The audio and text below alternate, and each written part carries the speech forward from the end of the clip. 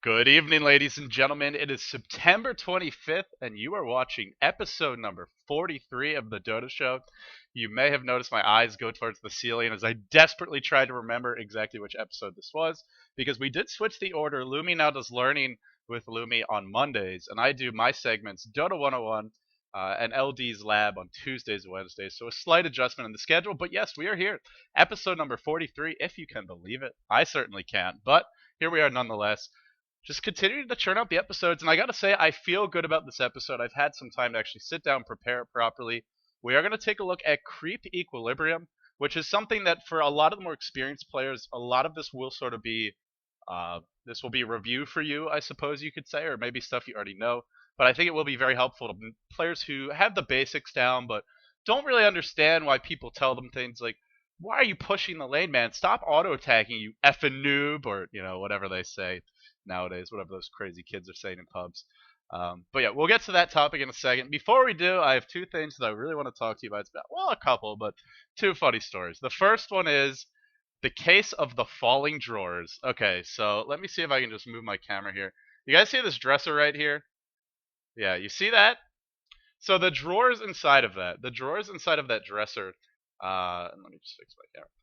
The drawers inside of that dresser, there's like these really thin wooden slats that there's like little holes cut into the I guess it's maple wood or whatever it is that makes up the outer dresser shell. There's little slits cut into it, and there's like these very not very sturdy kind of trays that just slide into them, and they're supposed to hold the tray in place. So that's what creates the bottom of your drawers. Well, this is an old dresser. It's a hand me down from my aunt, and I think she was actually going to throw it out, and I think I'm finding out why now, because the bottom came out from one of the drawers, and unfortunately this happened. This happened when several of the drawers below it were actually pulled out. So what happened is all the clothes from the top drawer went all the way down to the bottom, and at first, like, LD, whatever, no big deal. Oh, it's a big deal because I'm not Gumby. I don't have arms that are like 7 feet long. So I don't know if you could tell, but this dresser's it's pretty tall actually. It's like 5 or 6 feet, and you got to get over the top drawer. So I pull all the bottom drawers out, and then I get over the top, and I'm trying to reach my arm down, and I swear to God, it felt like my arm was being ripped out of my socket, or out of its socket. I finally did succeed in fixing it. Don't ask me why I'm still using this damn dresser. Oh, right, it's because I'm really poor, and I can barely make my rent, so I can't afford a nicer one. Valve, if you have any extra dressers, feel free to send me one. No, just kidding. But yeah. So that managed to occupy like 2 hours of my time. Not just that, but then trying to refit in the drawer bottom so they weren't coming out. You can't. I don't think if you've ever watched my stream, especially if when I'm drunk or otherwise in a bad mood, I'm not afraid to let loose a little profanity here and there. I think I was screaming and cursing, just carrying on like fuck, shit, God damn it, motherfucker, bitch, shit, crap. Just, except actually screaming and actually really mad. You'd think I had Tourette syndrome, and I don't mean to offend anyone who does, but I just could not stop cursing for like an hour and a half straight. It wasn't just that; it was everything afterwards. I was already in a horrible mood from it. So there was that. There was the case of the falling drawers. It's probably funny to you guys. It was not funny to me at the time. Um, I'm clumsy and incompetent in many ways, but my latest example of complete incompetence and clumsiness, my roommate went away on vacation, or on a hiking trip, I should say. He's still away. He gave me a couple of simple tasks. Feed the cat. I know how to do that. You take the food out of the bag, you put it in the bowl. I can handle that. I'm good like that. Nice tapping myself on the chest. But I was also told to water the plants. Now, you think no big deal, right? Just take some water, put it in the pot. Actually, it's a little bit more complicated for his plants because he has special plants. Oh God, I can't even remember what they're called. It's like some sort. It's like Saharan violets, or not Saharan, but something exotic sounding, basically. And so the instructions were basically you can't get water on the leaves because if you this plant, like, you're not supposed to get water on the leaves for whatever reason. So he showed me how to water it. You're supposed to pour the water just into the base of it. Don't ask me how I fucked this up, but somehow I managed to just, like, by the time I was done, every single one of the plants, like, all the leaves were just coated in water. So Drew, if you're watching this video, I don't think he watches my videos. But Drew, if you ever happen to watch this, I'm sorry if I killed your plants. I tried my best to water them without getting water all over the leaves, but they may be just being crushed under the weight of that water because I am really incompetent. Yeah, only I can find ways to do this, guys. Seriously. Um, I guess one good thing I've done, and I highly recommend this to anyone. I figure a lot of you guys are, in college or in high school, like kind of at that point in life where if you're a male, actually my sisters are even messier than me, so I guess it's not a gender thing, but just people that age generally have no interest in keeping the rooms remotely clean. I cleaned my entire apartment today. My room is clean. I made my bed. All my clothes are in my dresser, although maybe it won't be clean for long, in my dresser or in the closet. All the laundry's done, the bathroom's clean, the kitchen is clean. And I gotta say, like, I actually noticed my state of mind improved a little bit. Now, I've cleaned my apartment, hundreds of times at this point, but every time I do it, I'm always like, yeah, I feel better now. I should just keep it clean. And then somehow it's always messy again a week later. But I highly recommend that because I was in a pretty cranky mood today. I feel a lot better now. I also listened to some extremely chill music. If you haven't listened to the song yet, Marconi Union Waitlist. Apparently, it is I don't know if I'm pronouncing that correctly, but apparently it is the most relaxing song in the world. So I'll link it in the stream chat, and maybe I'll put it in the comments of the YouTube video for anyone who's watching on the VODs. But this song is so relaxing. Like, I was actually listening to it while I was preparing the episode, and I was finding it hard to work on the episode because I was just like, I just want to take a nap now. But it works. It definitely does. So that calmed me down. I highly recommend cleaning your apartment. I highly recommend listening to the song. And last but not least, I'm just going to take this moment to respond as a general sort of response. If you haven't watched episode number 1 of Where's the Team, it's a new series I'm doing where I play amateur level competitive Dota. It's a first person perspective. At least I've been doing the drafting, playing the one position for the team, and sort of making the in-game decisions and calls for the team. I got a lot of feedback on it. I just want to let everyone know I have read every single comment on the video. I'm considering all of your feedback, the good, the bad, the ugly. I agree with a lot of what people were saying. There's some things I don't agree with, or I have, caveats or whatever. I can't respond to every single comment, but I hope you guys did find it enjoyable. If you haven't, it's a pretty unique kind of video. I know some pros like Cinderin have streamed their scrims from time to time, but even then, you usually see them mute the stream during the draft. So while I don't have the insight of a player like Cinderin, you can at least listen to whatever insight or mistakes I am making and learn from them yourselves. And even then, there's not that many players who do it regularly. I mean, Sing stream to scrims occasionally. A lot of players, like I know Wagamama streams his matches, but he's usually talking Swedish, so it doesn't really help the average English listener, at least not as much as it could, unless you speak Swedish. So check that episode out if you haven't already. If you gave me feedback, if you didn't like it, because I was pretty hard on my team, and some people called it flaming. I would say it was just too hard on them, but it was all meant to be constructive.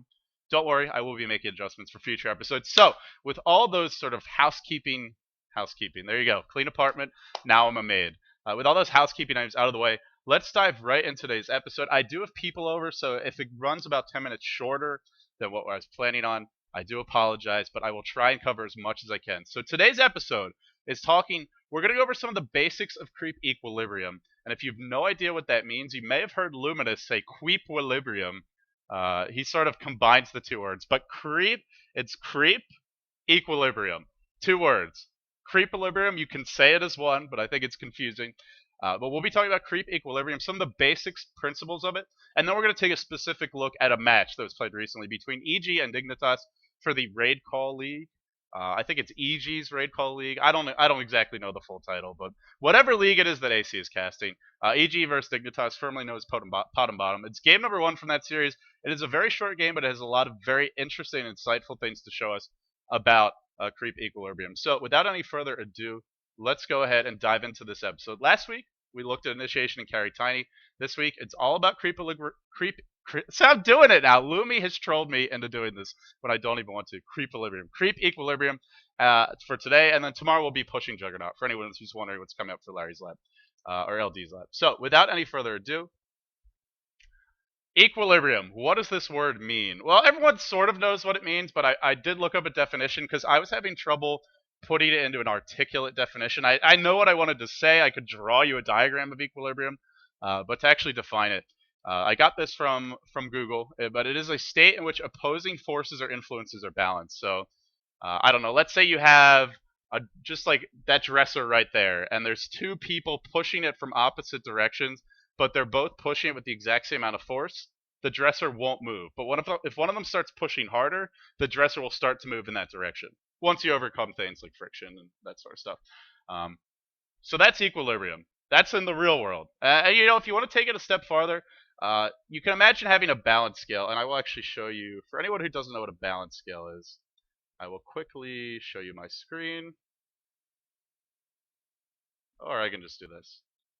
This is a balance scale. So the way it works is you put stuff on this, then you put stuff on this, and if they both weigh the same amount, it stays even. It doesn't move. These two things will be level with each other.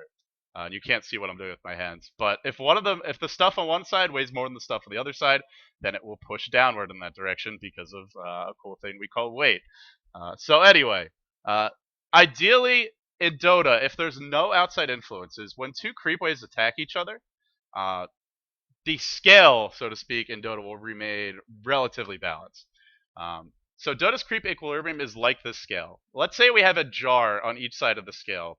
And you can imagine every time a creep wave spawns, it's like I drop 5 pennies into the jar on each side of the scale. As long as you drop both sets of pennies in simultaneously, it might tip up and down a little bit as it's sort of adjusting to all the pennies entering the jars. But after that, it'll settle down. They'll be even. But let's say if I drop 10 pennies into one side, all of a sudden, that side's going to dip down. The other side's going to come up. That's just how gravity works. So whatever tips the scale in one direction or the other, the creeps in general will be in a state of equilibrium. So every 30 seconds, a creep wave will spawn with the same number of creeps for each side, and they'll clash, and they'll basically wipe each other out, and when nothing will remain. It doesn't exactly work like that, but that's sort of your general idea. What really tips the scales are not the creeps themselves, but it's the player actions, whether it's through heroes or for units they control, like Chen creeps, Enigma's summons, his demonic conversions, whatever you want to call a player-controlled unit. These, their abilities, their auto attacks, these are what influence creep equilibrium. And I guess another way to talk about it is for each attack on an enemy creep, there must be an equal amount of damage to an allied creep, or the lane will push.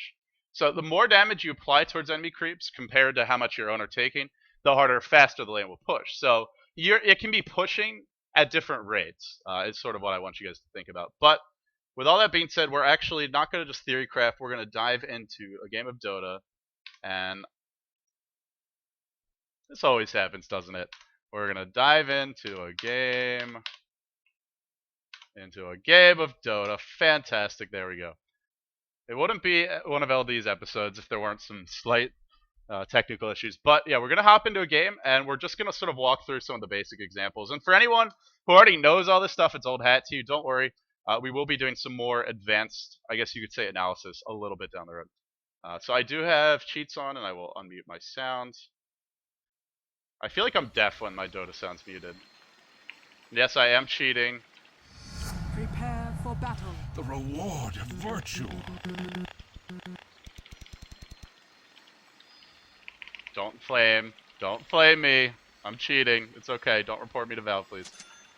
Alright, and this is just so I can move faster. A treasure beyond what need have I. And I'm going to spawn a creep wave. Yes.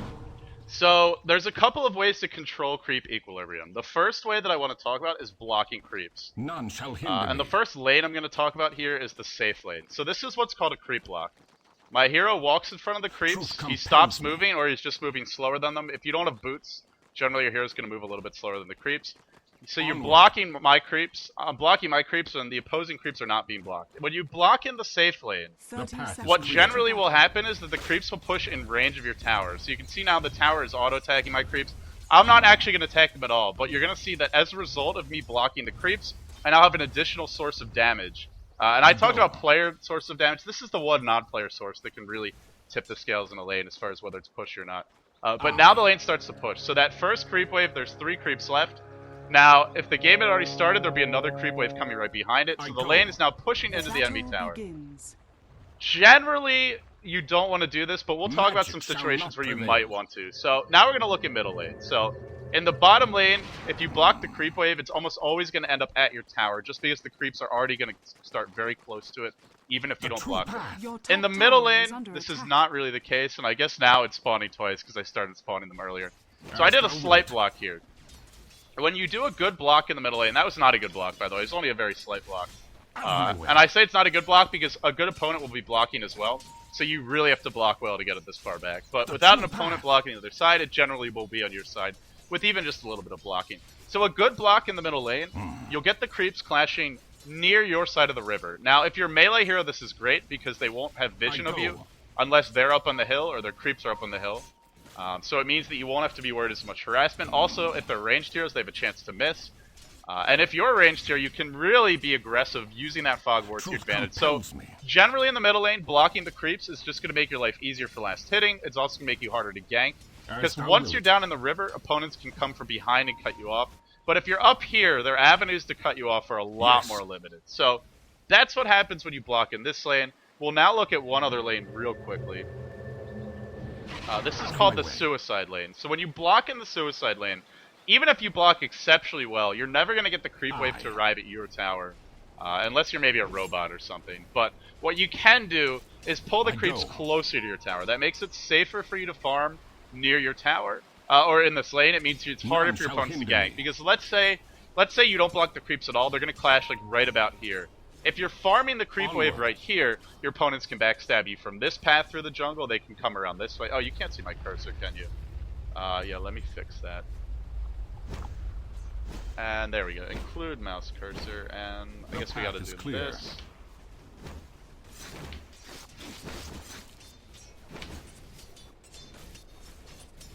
And the path is clear.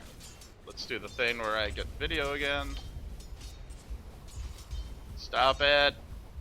As thou wilt. Why is my computer trolling me? Sorry guys, one sec.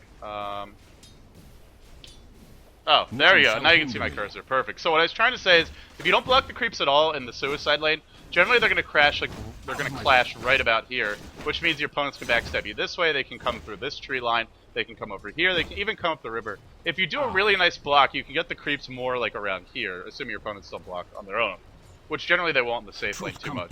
And if you do that, then there's really only the one avenue coming up the river. So blocking the safe lane means you can farm sit closer to your tower. It's generally going to keep you safer. Now, so as a general rule of thumb, what you want to think about with your creep log, especially in just an average pub game, you generally want to block the creeps in the middle lane as much as you can. And doing so, what's going to happen is they normally will end up like right around here. If you're a really low level player, your opponents may not block the creeps at all. In which case, it's possible that the wave will end up pushing into your tower. That's not generally desirable, but if it happens, no big deal. Probably if you're that new, you're not going to be good enough at blocking to actually block them too much. So, generally block as much as you can in the middle lane. In the suicide lane, block as much as you can there as well, and you want to get the creeps over that way. And in the safe lane, this lane for the Radiant, this lane for the Dire, generally you don't want to block the creep wave at all. And if you do, only a tiny bit. Now, there are a couple of exceptions to this, a few examples I'll give you. If you block in the safe lane, it can allow your team to set up a very early level 1 or 2 push. So for example, let's say you're doing some sort of cheesy 3 or 4 man pushing strat at level 1. Maybe your Chen's gonna get 1 creep, or your Chances is gonna get 1 creep. Then they come out of the jungle and start pushing. You've Arena Basilius picked up on a hero. And then you just want to start pushing right away. And maybe a heal, something like a Shadow Priest to help you heal a little bit, keep the lane pushing harder. That would be a case where you do want to block the creeps right away. If for some reason you just want to experiment with a level 1 push, because if you block them into your tower, you'll have extra creeps to push towards the enemy tower. You have a bigger wave, it means you're going to push harder. Another example of when you would want to block them is, let's say your supports want to perform either pulling into a stacked camp or doing a double pull. Without causing your tower to take too much damage. If you block the creeps and your lane's pushing out this way, it means when you do a pull into a stacked camp, or if you pull here and then pull again over here, so doing a double pull in that case, it's good. It's just gonna limit the amount of damage your tower's taking because you already have a big creep wave over here. By the time it gets to the enemy tower, it gets killed off and it starts pushing back the other way. The pull will be completed. You might lose a creep wave, but it'll work out such that it's not pushing as hard as it otherwise would be. So there are exceptions, but generally in mid lane and the suicide lane, you want to push it, you want to block as hard as you can. In the safe lane, you don't really want to block too much at all. So that is one big way that you can push the wave. Let's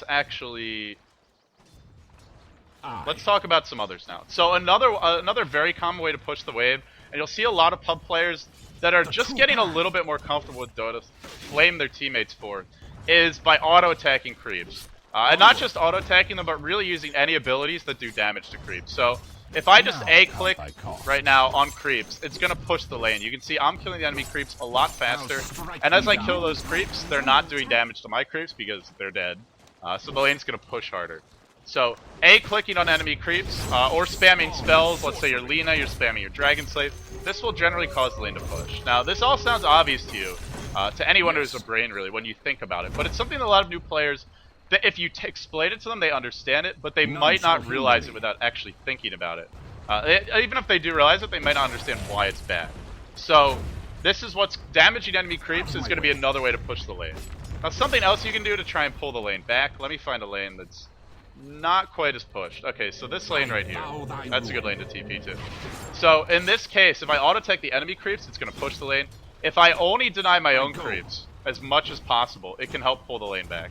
So as a general rule, you do want to get your last hits as well, but as soon as my creeps start getting to half health, I can start denying them, except I almost kill them instantly. It makes it a little bit harder to do this. But if you just start denying your creeps as soon as they get to half health, you can see it's pulling the lane back. Now their creep wave starts to push. So this is a third way to affect the creep equilibrium with your hero. That's sort of the more common ones. Just denying your own creeps or even just doing damage to them once they're in deny rage. Obviously you'd like to get the denies, you'd like to get the last hits, but that's not quite as important. So aside from this, what are some of the more, I don't want to say advanced, but slightly less common ways that you can actually affect creep equilibrium? Well, one of the things you can do is to pull creep waves. So I mentioned this before, but I didn't actually demonstrate it. So let's go and do a quick example of that. So pulling the creep wave, if you just pull a wave, it's going to cause your lane to push, unless the creep camp is stacked, or unless you're doing a double pull. Now this is just a general rule. There are things that could affect it, like how hard it pushes will depend on what creeps spawn here. Some creep camps are harder to kill than others. It also matters how much you're auto-attacking the camp, how many spells you're using on it. But just as a general rule, if I do a single pull like this, it's going to cause my creep wave to push. Because what happens is, my creeps will go here, they'll fight these creeps, meanwhile the enemy creeps are going to die to my tower might take some damage. Generally speaking, now if the lane's pushed out, they wouldn't be in tower range. And then I'm going to have a second creep wave here, which will actually start to stack up with my own creep wave. So there's two reasons it's pushing. One is my creep waves are going to stack because the second one's now going to meet up with the first, and it's going to do so farther away from the enemy tower. And the other reason is that their creeps are dying faster because they're in tower range. So pulling the creep wave when it's just a single pull generally is going to push the lane. Now if you do a double pull, or even so pull here and then pull the wave again up here, that's generally going to pull the lane back because your entire creep wave will die. And so the lane's just going to sort of sit at your tower. Their creeps will die too, but there's nothing to push out because your creep wave is just dying here to the enemy neutrals. Similarly, if this is double or triple stack, your creeps, unless you're spamming spells, are just going to explode and sort of melt on these creeps. And you won't have a wave left, so the lane will be pulled back. So pulling creeps can either push the lane towards the opposing tower, or it can push it towards your own. It just depends on how much damage you're applying towards the enemy creeps, if they're stacked or not. Basically how many jungle creeps you're killing at once, or that your creeps are fighting at once. So these are a couple of the sort of ways that you can affect creep equilibrium. And a few other factors that I want to talk about. I'm actually going to make a new game for this.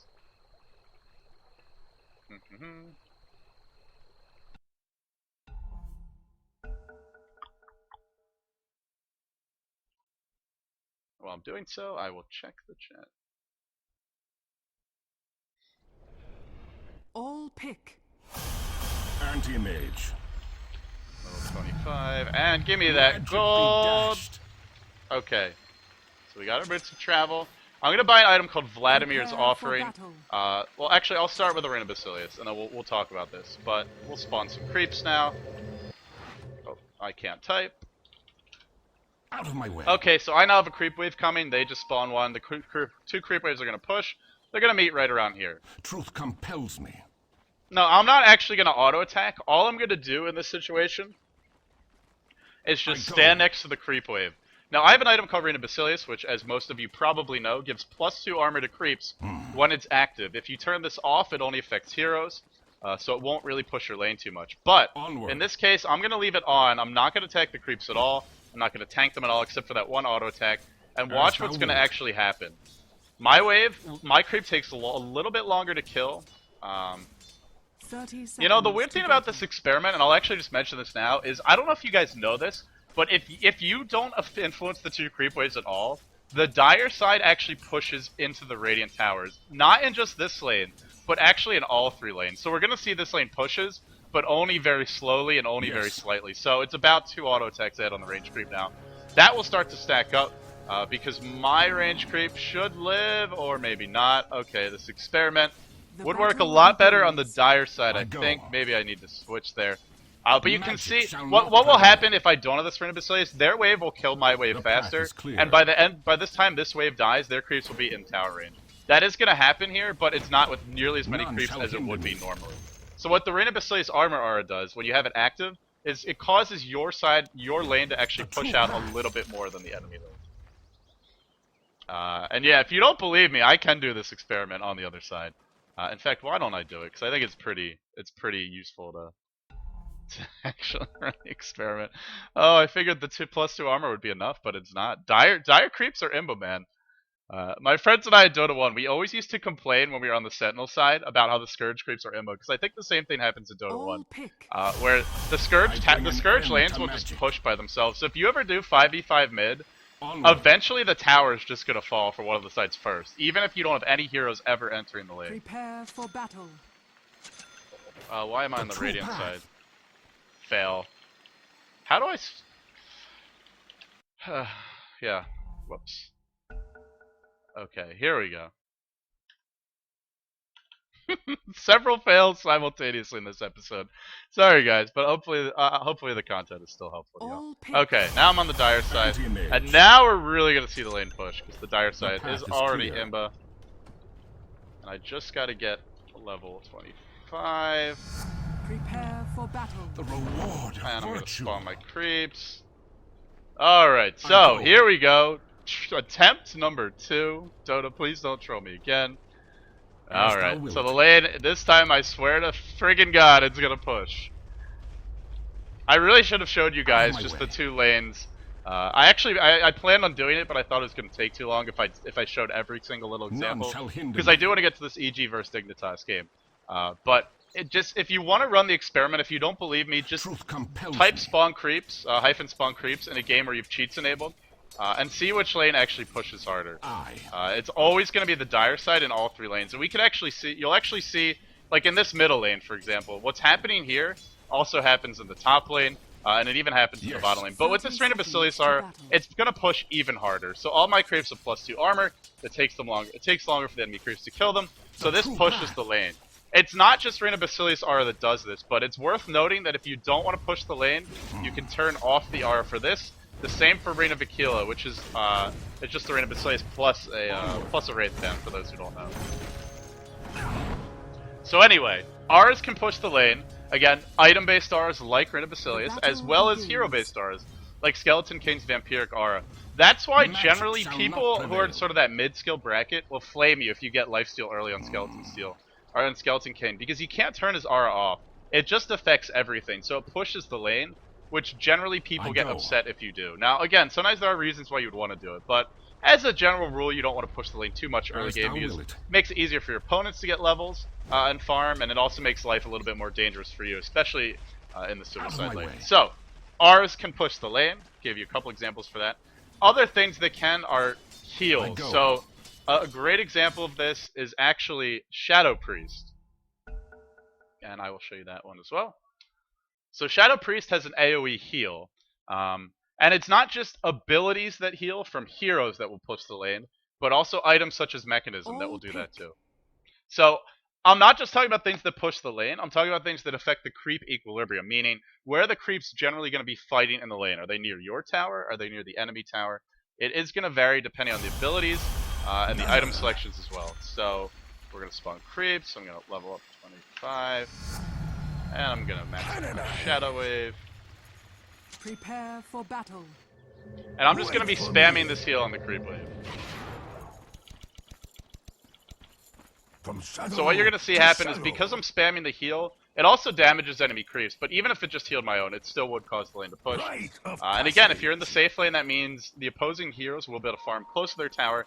The creep equilibrium will be towards their tower. So, just going to start healing them now. Already the creep is pushing a lot, mostly from the damage, but even if my creeps were low and then I use it, it brings them right back up to full, which caused the lane to push even more. So, just a few examples of other factors that can affect the creep equilibrium.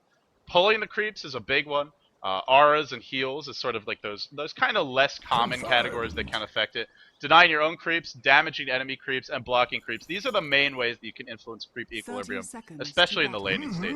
So I talked a little bit already about general goals, but I'll go into a little more detail now. In the safe lane, as a general rule, so when I say safe lane, I mean Radiant bottom or Dire top. Generally, you want to keep the creep wave near your own tower. The reason for this is it makes it so that if your opponents want to farm, they have to run all the way down here. Again, I talked about those gank paths up top. We have the same gank paths down here. They can gank you this way, they can gank you that way. More ways for them to be ganked. It's more dangerous for them to farm here. If they ever have to run, they have a longer way to run. If you ever get into trouble, you're near your own tower, can walk under it. So generally in the safe lane, you want to keep the creep wave near your own tower. This will deny your enemy farm and levels, and it'll just get you. It'll make life safer for you. Now, it's the safe lane, but you know, you can wear a condom too while you're at it. So, yeah, that's protection is important, kids. But there are exceptions to this. Again, sometimes if you want to stack or pull, it's a good idea to actually push the lane a little bit. That way your tower won't take too much damage.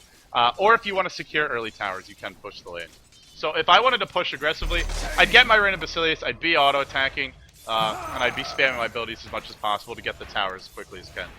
In middle lane, as a general rule, you want to maintain high ground advantage, meaning you generally want to be on your side of the hill. Now, the big exception to this is when the rune's about to spawn. So when it's about 1 minute 40 seconds or so, maybe 1 minute 45, if you're a hero that wants to be going to the runes, and even if you're not, generally you want to push the lane, whether that's by auto-attacking, whether it's by using spamming abilities like Shadow Rays, or Lena's Dragon Slave, whatever abilities you have to work with.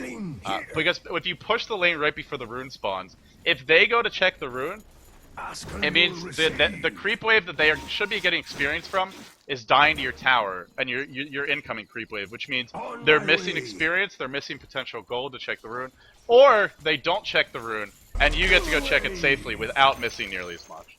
So in the middle lane, generally maintain a high ground advantage, generally keep the lane pulled back towards yourself, but when the rune's about to spawn, you want to push it out. In the suicide lane, it's almost always that you want to just do everything humanly possible to keep the lane pulled back to the tower.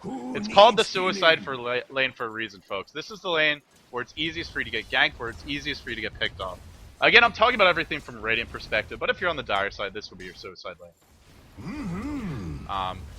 Again, it just limits the number of gank paths. You have less of a way to walk if you get into trouble. Now, there are exceptions to this. Let's say you're running an offensive tri-lane with a Chen or an Enchantress. You're getting some big creeps. They have like, I don't know, a solo anti-mage or some hero that doesn't have good lane control. Then you can push the tower early. And it's just because it's called the suicide lane doesn't always mean that you have to play defensively. But as a general rule, you're going to want to. From the dead. Now, one other thing that I want to mention, another concept I want to talk about, is something called static farming. And for this, I think it is good to make a new game. So, I'm going to start a game.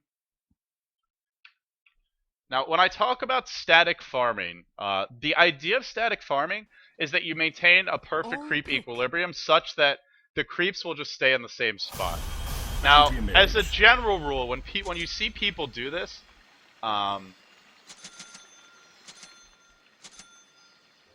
they do it. Prepare for battle. The reason that players do this is there's a couple of reasons. One of them is to just deny your opponents the ability to farm safely or get levels. So if I static farm and I keep the creep wave just sitting right here all the time. A lot of heroes, if you let's say you have a good support that can harass like a Crystal Maiden, they may just be able to keep the enemy hero entirely out of experience range, sitting all the way back near their tower. So if you static farm effectively, it's a great way to keep maintain an advantage over your opponent. Similarly, let's say you're behind by a lot early game. What you can actually do, and because this lane generally pushes, I am going to kill off the dire creeps first to try and keep it as even as possible. But if you're at a disadvantage in a game early on, something you can do is just static farm to keep the lane pulled back towards yourself. And I'm missing some last hits, but the general principle here, don't worry about the last hits. The idea is that you just keep on, make sure both waves die at about the same moment, and maybe err a little bit on the side of denying your own creeps. And that way the lane is not going to push too much. So, you know, I'm just sort of mentally keeping track. I see they have 3 melee creeps, I have 2. So I'm trying to kill off just a little bit more, doing a little bit extra damage to theirs. Now, I'm not executing it perfectly by any means, but the general idea is if you do this right, the creep wave won't actually move too much. So you can see, they really haven't moved. The 2 range creeps were like here and here last time, now they're here and here. And you could just do this all day. Now, there are some downsides to this. One of them is that you can't farm as quickly when you do this. So, if you have a lot of damage, in some cases you can't. So let's say I'm an anti-mage with a Battle Fury and a Manta and a Power Treads. If I static farm, yes, I'm keeping the creep wave back. Maybe it's going to deny my opponents a little bit of farm. But during that time, I could have killed 4 creep waves bottom just by pushing. Then I could have gone into the jungle and, oh god, it is a massive cluster F of creeps now, and now they're in tower range. So static farming lesson is over because Typhon spawn creeps really messes up the creep equilibrium. But yeah, sometimes if you just successfully static farm, it can be very powerful, but it also can have some downsides. Like you can't farm as quickly as you otherwise would. You can clear 4 creep waves bottom, then go into the jungle, farm these camps, rotate over mid, start pushing this lane out, and you could easily double, triple, even quadruple the amount of farm you could get from static farming. So the last sort of technique I want to talk about is just pushing, which is a very simple thing. It's one of the first things that people learn about is pushing. All pushing is controlling the creep equilibrium in such a way that your creep wave is moving towards the enemy tower. So to push, as here like anti-mage, all you do is just A-click on the creep. Now this seems obvious, but when would you want to push? Well, there are a couple of times. If your lane's empty, you want to get some early tower gold. That could be an opportunity to push. If you have a lineup that wants to get early towers, that's a good reason to push. If you have a lineup that can push early and your opponents can't stop it, that's an great reason to. But there are downsides to it. If you push the lane, your opponents could static farm back here and be a lot safer than they otherwise would be. Whereas if you don't push the lane, it really limits what they're able to do as far as getting experience. So it's not always that you want to push, but let's say your opponents are grouped up as 5 mid. They have a great team fight lineup, a lot of big AoE stuns, things like Ravage, a Black Hole, a Mechanism. You can't 5v5 them, but you have a Battle Fury and anti-mage. If you push the bottom lane and your opponents just keep on trying to push mid, you're putting pressure on them. So controlling the creep equilibrium properly can deny your opponent's resources. It can also gain them for yourself, and it can force them to make trades they otherwise wouldn't want to make. So it sounds like a very basic concept, but understanding creep equilibrium and controlling it properly, that's where it gets tricky. So the methods to affect it are very simple. It's one of these things where it's simple to understand, but mastering it is actually a lot more difficult. So with all that being said, we do have time for a game, and fortunately for you guys, or I think fortunately, depending on your perspective, this is a very short game. It is EG vs Dignitas, game number 1. We're going to skip the draft. We're going to skip even the very first few moments of the game. All I want to look at is how each lane is controlling its creep equilibrium in this game. So as you watch this game, that is the only thing I want you to think about. How is the creep equilibrium being affected in each lane, and is each team controlling it properly? And if they're not controlling it properly, what could they be doing differently? Or why aren't they able to control it the way they want to? So we're actually going to see that Potm Bottom goes for a level 1 Roshan. It fails. Spoiler alert. This is Dignitas Potm Bottom, game number 1 from Raid Call. They get spotted out. They're going to be forced back. 4-man. By the way, that was an epic 4-man splitter. They probably should have showed you guys that. But either way, we're going to fast forward a little bit. Now, because this Roshan attempt fails, we have Crystal Maiden already forced to use a bunch of regen. Very late to get over to her lane. They were not able to ward off the enemy pull camp. Demon as well for EG side. He's got to walk a long way to the top lane. But he does have Malk, this Chen player, who's going to be sending a creep back to base. So that will naturally cause the creep wave to pull back towards the Radiant side, which is something you really want. the creep will be sent back to base. Then it'll start to walk back out. But overall, for that first wave, the enemy lane will start to get some momentum going the other direction. And from there, it's going to make Demon's life easier. So the big things that I'm noticing off the bat, because of this failed level 1 Roshan, normally you'll see a team just 4 or 5 man to the enemy jungle, ward off the pull camp, if they expect to see pulling. But this game, way too sexy. He only placed a ward here to try and stop the level 1 Roshan. In the end, they didn't get the level 1 Roshan, and they didn't ward this camp. So now we're going to see a Radiant team that if they want to pull all day long, they can. Tidehunter's out of mana. That's not going to help his laning situation at all. Notice how Malk places a sentry ward. This means the Demon knows there's no lane ward. It makes it safer for him to approach the creep wave.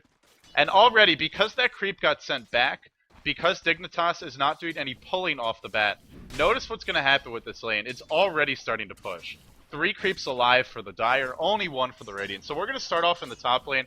We're going to start off looking at Demon's Omni Knight. And from there, we'll take a look at the other lanes. But right off the bat, this is the lane to keep an eye on. It's pushing for Dignitas. Demon starts to get in creep experience rain. Now, this isn't any hero in the Suicide lane. This is an Omni Knight. Omni Knight up against Slardar and Crystal Maiden. If he's able to get Repel, once he hits level 2, he can at least be near the creep wave a couple of times. The only way he's going to be driven back is if he runs out of mana to cast Repel. So because of that, Chen sending back a creep, because Dignitas was a bit late getting to the lane, they weren't able to start doing stacking or pulling. They had to worry about lane control here early on and just try and keep Demon off the lane. So for those reasons, the lane starts to push. Demon's going to hit level 2 soon. Meanwhile, if we look at the flip side of the map, bottom safe lane, look at how they're playing it. EG safe lane, not bottom. They stacked the camp, Beatus did that, and now he's pulling it. So Tidehunter, level 1, he's getting nothing. Demon is already level 2, halfway to level 3, and it all started with Chen sending a creep back, and then Crystal Maiden choosing not to pull. 2 seemingly very insignificant decisions, but this early on, it makes a big difference. Now, something that I haven't looked in the middle lane yet, but I'm going to pause right now. This is going to be your first blood. Fear starts off with a stun. Melk was smoke ganked, and he's coming with a centaur. This is an easy kill. But notice where the lane is. Enigma has not really controlled the creep equilibrium as well as he could have, as well as he would have liked to. He's fighting in the river. If you play it correctly, if you're playing defensively, and you really want to do this as a squishy hero with no escape mechanism like Enigma, you'd be up on your hill. You wouldn't be in a position where they could gank you. He expected this to be a 1v1. He wasn't anticipating the Chen being here. He plays too aggressively. The creep equilibrium is on the enemy side of the river, which means when he wants to run, he can be backstabbed. Again, if he's farming up here, sure, Chen can try and come in from this angle or this angle, but it's just a lot shorter of a distance for Fog to actually walk back to his own tower. Just gonna have a quick sip of water. So because of that, Fog is going to give up first blood. So not playing defensively, not keeping the creep equilibrium pulled back here, costs them a first blood, basically wins the middle lane. Of course, don't get me wrong, Melk had some good decision making. Fear played it well. The Chainstone was good there. Lots of other things to talk about. But if the creep equilibrium was on this side, that kill never happens. So that's the first point. The first point we made is that Demon is getting levels, he's getting farm because Melk sent a creep back to base. So not quite as good as denying a creep, but has a similar effect where it pulls the lane back. And on the bottom lane, we saw there is no such deniability for bottom. Now, they could have chosen to send Enigma there. And in fact, if they had known that it was going to be a DK mid, that might have been the better choice. I'm a little surprised, to be honest, that they didn't switch these lanes. But Enigma is extremely gankable and generally needs to farm a bit more. And they wanted the lane control, I assume. So there's reasons why they put him here. But either way, if they'd put Enigma bottom, he could have been denying creeps. And thus, he could have been doing the exact same thing that the Chen did for the Omni Knight. But if we actually pause now, only 3 minutes in the game, Demon, level 3.5, Tidehunter, went mid, stole some experience that should have been going to Fog because Fog died. And thus, he's able to hit level 2.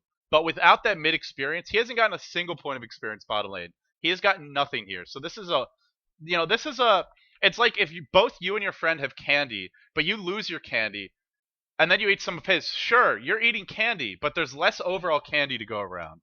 Oh man, I'm really on top with the analogies today. What can I say? So we're actually going to flip onto 2x speed just for the moment. And notice how Tides of Time is just being kept out of experience range here. 007 is starting to push the lane a little bit, but every time he starts to push it, Beatus is there with a stacked pull camp to bring it back. And because of that, that's part of the reason why we see 007 auto-attacking the creeps, is to push the lane out a little bit so that when you do these pulls, your tower doesn't take as much damage, and you don't have to tank the creeps as long. But, as a result, Tides of Time, still not getting experience. Demon continues to do so. And again, the reason he's continuing to get experience is because he got the first level. Once he gets level 2, he has access to Repel. If he ever gets into trouble, he can always pop that. Now he's got his boots as well. And as he picks up these items, they accumulate, they make it easier and easier for him to stay in experience range, makes it harder and harder for Dignitas to do the same to prevent him from staying in experience range. And again, they're not pulling. They just want to try and harass.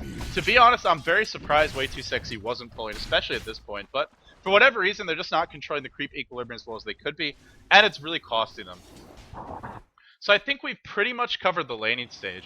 What I actually want to do right now is just talk about EG's lineup. We'll leave it on pause while we're doing this stuff. If you look at EG's lineup, they're really not very strong in the laning phase. Omni Knight, the reason we don't see him picked very often, he doesn't have much lane control. He's very level dependent. And there are some other reasons. Diffusal Blade is a great way to counter him. He's not a carry, but he needs the levels and farm, so he's maybe not the best hero to give it to. He's a melee hero, so he doesn't have great lane presence. He needs a decent amount of items to be effective in the mid game. If he can be burst down, all his defensive capabilities do nothing for him. So there are reasons why we don't see him picked, but one of the big ones is that he's very level dependent. And generally, you're not going to find levels for him, unless you commit something big, like your middle lane or your safe lane to do it. If you play him as a hard support, well then he's under leveled, so that doesn't really solve it. But because of, just a few small decisions made by EG, and maybe not the best decisions in terms of creep equilibrium made by Dignitas, Demon's already level 5, so he's getting levels that he really shouldn't be getting, but that he needs to have. Same for DK. DK, very level dependent, really is not the same hero until he hits level 16, until he's got the Frost Dragon form. Even a hero like CK, you really want to max out your stun, you want to max out Reality Rift. You'd ideally like to hit around level 11 to be at peak effectiveness, just so that you have your 3 illusions up. But now he's got the level 3 stun. He's hitting for a 4-second stun. Gets pretty lucky with that one. But hey, you couldn't get that 4-second stun if you're not already level 5. So, if you haven't already leveled the stun up to 3. So, he's level dependent. He's getting levels. And as far as supports go, Leshrac, very level dependent. Chen, very level dependent. Melk's a bit under leveled, to be honest, but he's doing a lot of stacking here. I believe he's going to try and use the Tornado Creep to farm these. He is, so he's going to catch up. Overall, EG picked a lineup that needs a lot of levels, is decent in the laning phase, but not dominant by any means. But for a few good decisions with creep equilibrium, they're able to and some bad luck for Dignitas, let's be honest. The level 1 Roshan, it was a little bit risky. The chances of EG not scouting it, you'd expect a good team to scout it out, but hey, teams get sloppy, they make mistakes, and well, their luck was on their side. Level 1 Roshan failed, they wasted a lot of consumables there, they wasted time, they weren't able to get wards up, so some things just didn't go their way this game. It's not like they purely played badly. I keep on feeling like I'm missing kills, even though it's not relevant to what I'm talking about. I have nightmares about this stuff, about missing a lot of kills and people like screaming at me from all directions, stabbing me with pointy objects. So if you guys ever flame a caster for missing kills, I mean, it doesn't really bother me that much, but we do care about fetching them. Anyway, that is totally irrelevant to what we're talking about. But again, a lineup that needs a lot of levels, needs a lot of farm, and doesn't have the best lane control. So if bottom just played this a little bit differently, if things had gone their way, if they made some different decisions as far as how to control the creep equilibrium, if EG didn't make so many right decisions, the game wouldn't be nearly as one-sided as it is right now. But look how one-sided it is. A lineup that has an Enigma and a Lycan, 2 heroes that farm and level very quickly, is way behind in terms of experience. They're way behind in terms of gold. And it's all because the Tidehunter has been completely shut down, whereas the Omni Knight hasn't. It's because the Chen was able to get a first blood mid because of controlling the creep equilibrium. And from here, the game pretty much turns into a stomp. It's a one-sided affair the rest of the way. Dragon Knight's got his level 6 ultimate form, now he can push more effectively. Leshrac's got level 3 Edict, he's got his boots up, he's got his arcane boots, Melk hitting level 6, off of that massive stack, which, by the way, Tornado is so broken. That is just absurd that you can instantly farm a triple stack camp like that. A great play by Melk to take advantage of it, but really, really rigged, I gotta say. We also saw a top lane completely neutering that push. Melk was very effective in this game. But they're getting all their levels, they're getting all their core items, and now they're at a point where their lineup is super dominant in the mid game, whereas for Dignitas, they don't have Ravage. Lycan needs a lot of levels and farm more than these heroes do to be effective. He's really not going to hit his stride until he gets his Vlads up, until at least he maxes out Feral Impulse. Ideally at 1 point Howl, if you're level 2 ult form. Ideally Lycan wants to hit level 16 for the low cooldown ult. CM, even Slardar is very level dependent. You want Slither and Crush Max, you want Sprint Max, you want at least your level 2 ult. Bash is not as important in most games. We are going to see a pause here. But at this point, what EG can do, because they have these levels in farm, is they can have 1 or 2 heroes stall a push like they're doing mid, while they're simultaneously getting trades all over the map. So they push down a tier 2 bottom, meanwhile Dignitas just getting a tier 1 mid. They start off with these small advantages, and really the main reason they get these advantages by just controlling the creep equilibrium better, and from there, it snowballs out of control. So it's something that seems very simple in practice, but the ways you can apply the different techniques get very advanced, and you can really mind game your opponents. Like if you predict the lanes properly, and you deny creeps there, is Fear gonna die to... Oh, that's an illusion. I was gonna say, that would be funny.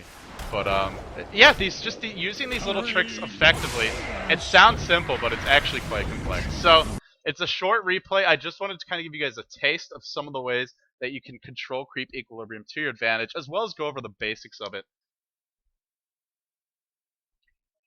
And Dignitas is actually a great team, so for anyone who's flaming them, you're crazy, because this team just got picked up, and there's a reason they did, so everyone has bad games.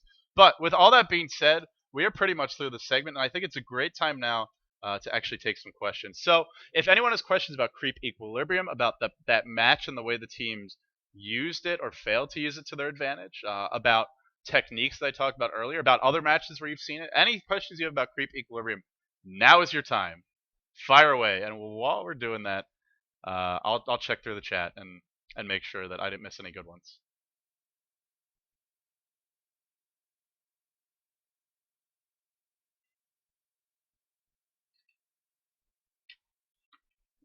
Love is Dead Dota asks, and this is a great question. How do I communicate to teammates in matchmaking about creep equilibrium? I can tell you one thing you shouldn't do. Don't try and teach them a graduate level seminar on creep equilibrium. That is a great way to not only get your team... Well, first of all, your team probably won't understand what the hell you're talking about. If they need to be taught, then they won't understand you. And if they don't need to be taught, then why are you trying to teach them? So don't try and... You don't have to be academic about it, but what you can do is just say simple things like, would you mind stacking and then pulling the creep camp? Or could you try to focus on denying the creeps? Or please don't auto-attack the creeps. And if they ask why, then you can explain why. But I would say just start with very basic, simple instructions for what you want to do to try and control the creep equilibrium to your advantage. And then if they want more information, if they need more explanation, then give it to them. But don't start off like, oh, excuse me, sir, did you not, pass your master's level class on creep equilibrium and how to control it properly? Because people will just tune you out completely. So keep it simple, keep it basic, and then if you need to get more in depth, do so. And especially if they want to learn and you're happy to teach them. People will understand things like, could you deny creep? Unless it's a brand new player game, but they might not understand. Could you please perform a double pull to maximize the efficiency of our creep equilibrium control? Oh god, that's a disgustingly obtuse sentence. Just Incredible V asks, and I think this is a great question. Is it better to freeze a lane and free farm, or push it hard and farm other lanes when it is pushed? It depends on the state of the game. Generally when the laning phase is over and you're a hard carry or any hero that wants to be farming, farm as quickly as you can and move on to the next area to farm. In the early to mid game, like the way to sort of think about this is if you still have teammates farming the other lanes and you have a teammate farming the jungle, if there's nowhere else for you to go, then there's no reason to push the lane. Like, let's say you're in the safe lane as an anti-mage, and you're getting free farm, and it's like the 5-10 minute mark. The enemy Tidehunter, for example, is just sitting at his tower. If you auto-attack and push the creeps, he's going to get a lot of levels and a lot of farm that he otherwise wouldn't get. Unless your team just wants to push towers and get map control, get tower gold. That's a little bit different. But if you're just auto-attacking creeps to farm lane, sure, you might kill the waves quicker. Sure, you can go farm the jungle. Maybe you get a little more gold. But you also have to think about what you're giving up to your opponents, which in that case is giving a suicide lane hero a lot of farm, a lot of levels that he shouldn't be getting, or that you could have denied him. But in the mid to late game, like let's say the enemy team is grouped up, they're trying to push on one side of the map. If you're just static farming, they feel no pressure from you whatsoever. You're not pushing the lane, you're not threatening towers, you're not threatening Rex. They have no reason to back. They can get a tower, then they can back off. Sure, you might prevent them from farming that lane, but maybe they don't want to farm it anyway. So it's very situational. I'd say it's really a case by case basis, but as a very general rule, in the early to mid game, static farming will be a great tool. But in the later stages of a game, you generally just want to farm as quickly as you can, because it'll maximize your gold per minute, and also because it puts pressure on your opponents to defend that lane.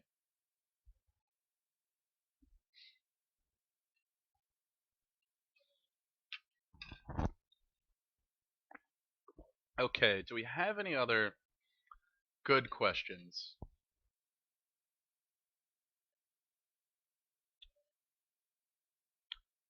Slayers92 asks why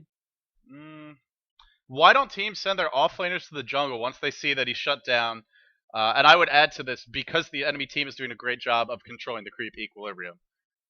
Well, to be honest, some heroes just aren't that good at it. Some teams use their heroes to do other things, like stacking the ancients.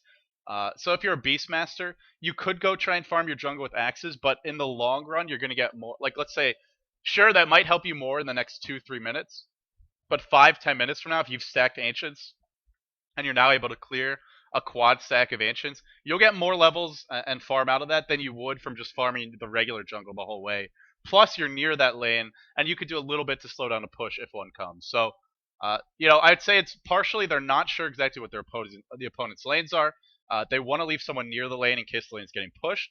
There's other things you can do in that lane, like stacking ancients. And sometimes, it's just a mistake. Sometimes they're better off going to the jungle.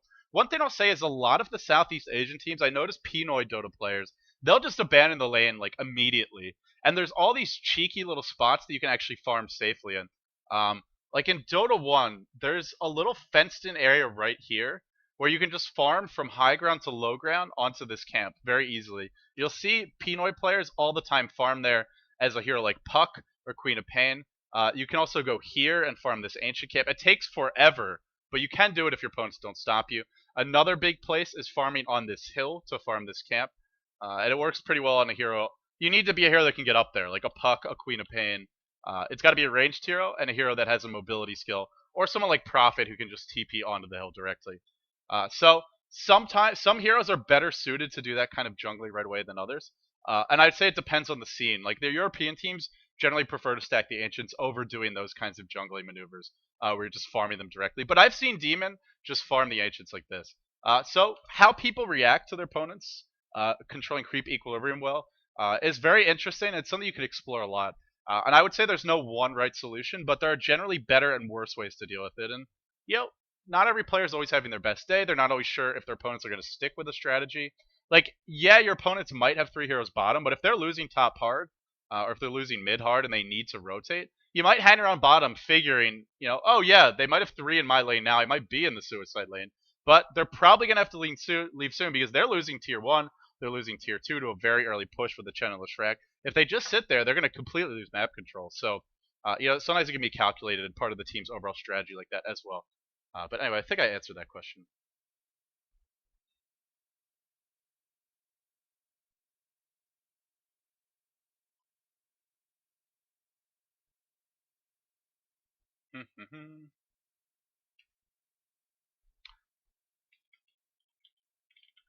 So, do we have any other good questions? I'm just skimming through the chat, but guys, if you do have any, feel free to throw them out there now.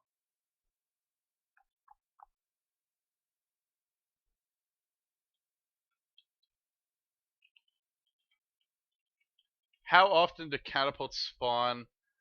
Isn't it like every 2.5 minutes or something? I don't remember offhand. This is something you should know if you're a competitive player, someone who wants to get better.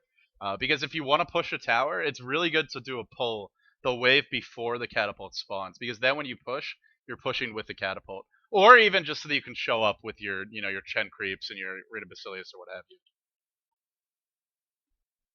It's every 7 waves for the siege creeps, not every 5. So I was wrong about that. But yeah, I mean, that's something that can be very useful. It's one of these, it's a nice little detail to have in the back of your head. And, again, I can learn as well as you guys. The more you know, the more you can use that information to your advantage. And this is definitely one of those cases. Pushing with a siege creep, you will knock down towers much easier than if you don't have one.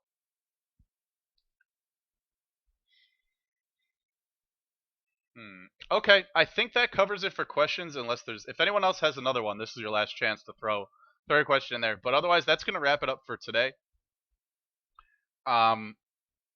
Big Papa Panda asks one last question, which I'll answer now. With Lich, is it better to sacrifice a ranged creep or a melee creep? Range do more damage, but the melee creep tanks more damage. Generally, if you don't want the lane to push, it's better to deny the ranged creeps. But melee creeps are going to give you more mana when you sacrifice them, and I believe they also give a little bit more experience than the ranged creeps. So if you want to punish your opponents harder and you also want more mana, deny the melee creeps. If you want to pull the lane back, I believe denying the ranged creeps will pull it back a little bit more towards your tower. And so it is situational, depending on those factors. And I think that covers it, guys. So thank you all for tuning in. I hope you guys found this episode educational, entertaining. Apologize for some of the technical difficulties, but that does wrap it up for this. So what are we looking at for tomorrow? Tomorrow, you're back here if you want to continue following the Dota show. I'm going to be demonstrating how to play Pushing Juggernaut. So I'm going to be playing Juggernaut, one of my absolute favorite heroes in Dota. Has been my favorite for a long time. Not my number one favorite. That title goes to Gyrocopter. Or Gyrocopter. God damn it, I'm never going to get that name right. But Gyrocopter is my favorite right now. But Juggernaut's up there, man. He's a lot of fun. But one of his sort of underappreciated abilities is his pushing power, which largely comes from Healing Ward. But we'll go into more detail about that tomorrow. We'll be back here 10 p.m. Eastern Time, 7 p.m. Pacific. If you enjoyed and you're not already doing so, please follow me on Twitch, follow me on Twitter, Facebook, YouTube for VODs as well, and all sorts of other stuff. Commentaries, entertaining episodes I'm doing with Peering Flax, two new ones of which will be coming out soon. All kinds of different Dota content. But that does it for today. Thank you all for tuning in. If you enjoyed, as always, make sure to tell your friends about it. I would love to see those viewer counts continue to rise, and I mean, honestly, you guys are the only reason they will. So if you enjoy my content, if you want to see more of it, if you want to see higher quality content, the more people that are watching, the more it's going to enable me to invest more time in this sort of thing. But thanks again for watching, guys. I will catch you tomorrow at 10 p.m. Eastern Time for Pushing Juggernaut, and I'll see you then. Now, unfortunately, guys, normally I'd play pubs now, but I have some friends over, and I don't want to be rude and just play Dota. So I'm gonna go for now. I may stream later. If I do, I'll advertise on Facebook and Twitter. Or you can just follow me on Twitch. But I am done for now. I love you guys. I'm sorry. I can't play now, but I will play later. Probably, depending on how late it is. In fact, I might even do some fun scrims with Blitz. And I think he's mentioning Purge is joining him as well. So thanks again for tuning in, guys. I will catch you on the flip side.